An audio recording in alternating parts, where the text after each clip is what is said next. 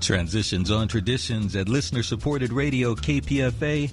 Greg Bridges with you on this Monday night. It gives me great pleasure to welcome into the studio one of the great friends of music, one of the great friends of community. That's Mr. John Santos, percussionist extraordinaire. You're wearing so many different hats and doing so many different things as a performer, band leader, and also as a lecturer now. Tell us about what you have going on these days.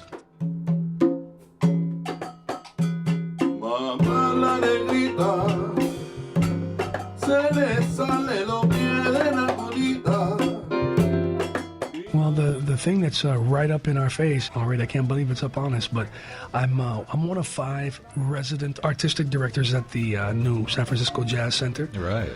For me, it's a wonderful thing being a native San Franciscan. I grew up in the Mission District. Myrtle Heights, it's a little hill that kind of overlooks the center part of the Mission District. And it's a place with beautiful weather and beautiful view and very rural in its own way too. When I was growing up, I heard all kinds of music in my house. My parents were both born in San Francisco, big jazz fans, really into that whole swing era thing. In my grandparents' homes, also a great deal of music on both sides of the family. My Cape Verdean grandfather, my father's father, was a professional musician. I'd pack my bag, I'd pack a maleta, I'd pack a suitcase and get ready to go on Saturday and go spend the weekend with my grandfather. And then I had the same experience in my grandmother's house on my mother's side, and they were Puerto Ricans.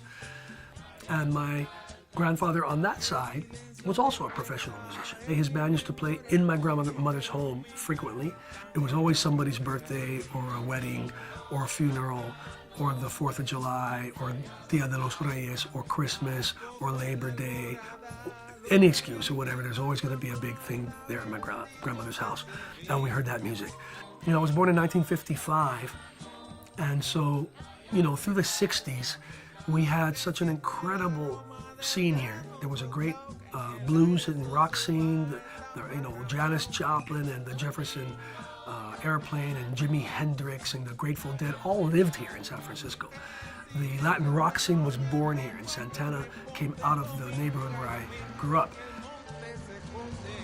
We lived on a little tiny block that had, in that one little block, a short block, we had a gay couple of Filipinos, Cubans, Chinese next door, Black Americans, one Caucasian family, Mexicans, indigenous American Indian. I mean, we had the world was on that one little block.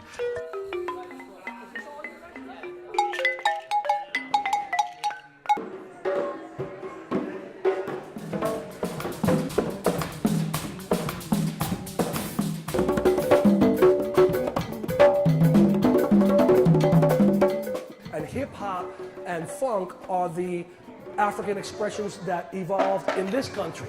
And here in Oakland, anywhere, Europe, Japan, everywhere, you're going to find people studying the tradition of the bata drums.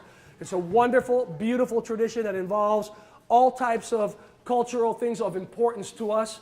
And the rhythms that are played on the bata, the traditional rhythms, can be related to all the rhythms that we play in the Americas, from samba to funk, to New Orleans, to swing, to rumba, to salsa, to merengue, to bomba, to plena, to tango. I think John Santos has always seen himself as an artist, but also a person who is very involved in his community, and meaning making the community better, making housing, that housing rights, that social justice, that when he sees something that isn't working, he calls it.